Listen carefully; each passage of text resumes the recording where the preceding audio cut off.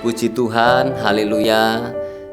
Kembali karena anugerah Tuhan, kita akan bersama-sama merenungkan firman Tuhan yang saat ini renungan firman Tuhan saya berikan judul Penghambat Iman.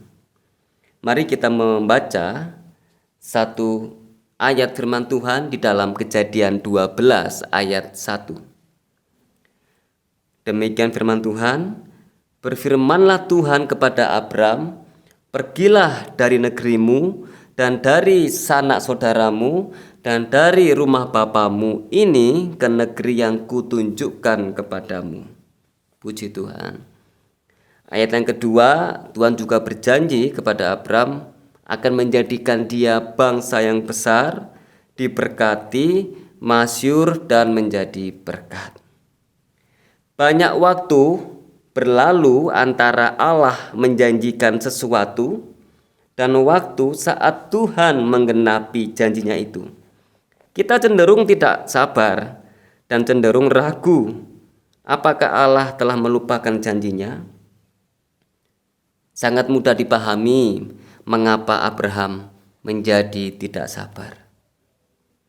Ketika Allah mengirimnya keluar dari Ur Kasdim, Allah menjanjikan Abram akan memiliki tanah di Kanaan dan mempunyai banyak keturunan.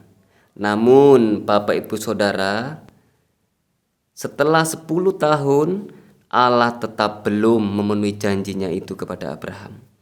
Mari bersama kita perhatikan apa saja yang terjadi dalam kurun waktu 10 tahun itu. Abraham meninggalkan keluarga dan negerinya. Abraham mengalami hidup dalam masa kelaparan. Abraham juga takut kepada Firaun dan berbohong kepadanya. Abraham menghadapi konflik keluarga, yaitu Abraham dan Lot berpisah. Ketika Lot ditawan, Abraham mengejar musuhnya dan melawan mereka untuk membebaskan Lot. Dan Abraham tetap tidak punya anak. Setelah 10 tahun dan banyak pencobaan, Abram ingin mengetahui lagi apakah janji Allah masih berlaku. Dalam Kejadian 15 ayatnya yang kelima dikatakan di sana, lalu Tuhan membawa Abram keluar serta berfirman, coba lihat ke langit, hitunglah bintang-bintang, jika engkau dapat menghitungnya, demikianlah banyaknya nanti keturunanmu. Meskipun Abram sudah mendapat penegasan kembali dari Allah, tapi Abram masih tetap tidak tahu apa yang dikehendak Allah. Ketika keraguan Abram timbul, Abram dan Sarah mencoba menanganinya dengan cara mereka sendiri. Ketika logika ini main, ketika pikiran ini main, maka mereka akan mencoba berpikir seperti logika-logika yang muncul di pikirannya. Melalui hamba dari Sarah itu Hagar ini. Akhirnya mereka memiliki anak Ismail. Namun kita di sini bisa ambil pelajaran bahwa jalan Allah dan pengertiannya akan waktu bukan seperti yang kita manusia pikirkan. Meskipun bagi kita terasa lambat, terasa lama, tetapi tidak dalam pandangan Allah. Allah selalu menepati janji-janjinya. Ini yang Bapak Ibu Saudara kita semua perlu ingat. Penghambat iman ini, logika kita kadang-kadang bertolak belakang. Waktu penantian yang kita tunggu-tunggu kadang-kadang kita tidak sabar. Kita bertanya-tanya kapan dan kapan. Tapi ingat, percayalah Tuhan selalu menepati firman dan janjinya. Penghambat yang kedua, penghambat iman yang kedua adalah, kita baca bersama Roma 10:17. Dikatakan di sana, iman timbul dari pendengaran dan pendengaran oleh firman Kristus. Kata pendengaran di sini dalam bahasa aslinya diartikan kesanggupan, perbuatan, apa yang didengar. Ketika kita sanggup mendengar firman, kita dikuatkan oleh firman itu, maka iman itu akan timbul. Tetapi tidak cukup hanya kita mendengar saja. Kita baca dalam Wahyu 2 ayat 7. Di sana dikatakan juga, siapa bertelinga hendaklah ia mendengarkan apa yang dikatakan Roh kepada jemaat-jemaat.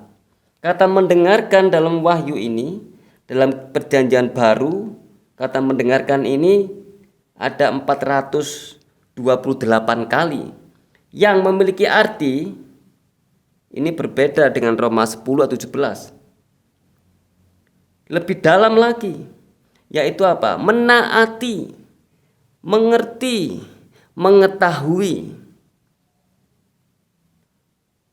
Ketika mendengar, tidak hanya cukup mendengar saja, tapi kita menaati apa yang kita dengar.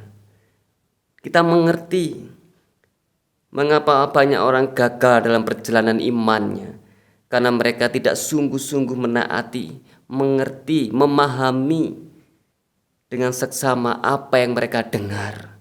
Mendengar bukan hanya sekedar mendengar. Mendengar bukan dengan sambil lalu.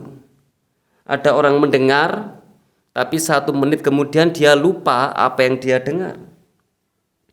Ada orang yang mendengar suara, pujian, nyanyian, atau percakapan, atau suara-suara apapun, tapi dia tidak mengerti apa maksud, memahami dari isi pujian itu, firman itu.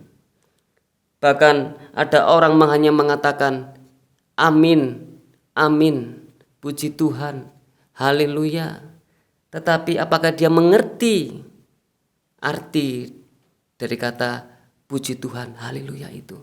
Tidak sekedar mengucapkan, tidak sekedar mendengar firman, tapi kita mengerti isi, maksud, dan makna dari firman itu. Itulah iman kita timbul. 2 hal ini Bapak Ibu Saudara yang perlu kita ingat. Iman kita dalam menanti janji Tuhan bisa gugur di tengah jalan karena kita memakai logika.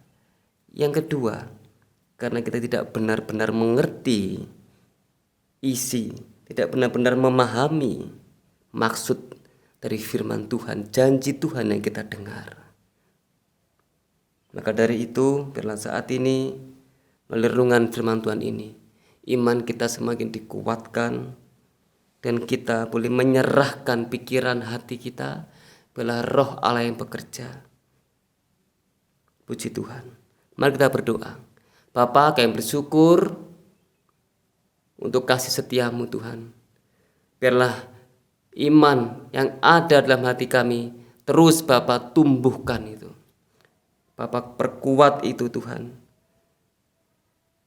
Segala kekhawatiran, keraguan-raguan, apapun yang membuat kami tidak bisa melihat Engkau, Bapa, mari tolong Engkau kuatkan iman percaya kami. Terima kasih Bapa di surga, berkati umat-Mu, berkati sidang jemaat-Mu. Di dalam nama Tuhan Yesus Kristus. Haleluya. Amin. Tiada yang mustahil bagimu, sebab aku percaya, bukan karena melihat, namun karena firman-Mu yang selalu digenapi di hidupku. Ku percaya, bukan karena melihat, namun karena firman-Mu tiada pernah berubah. Sebab aku percaya, bukan karena melihat, namun karena firman-Mu yang selalu digenapi di hidupku. Ku percaya, bukan karena melihat, namun karena firman-Mu tiada pernah berubah.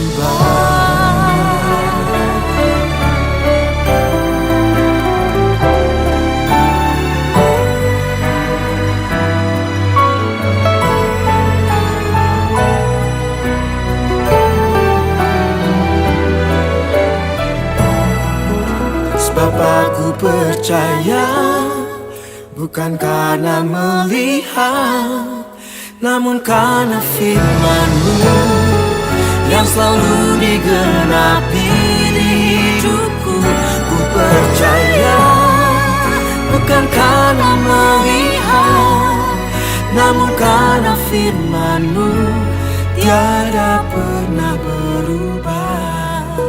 Namun karena firman-Mu tiada pernah berubah.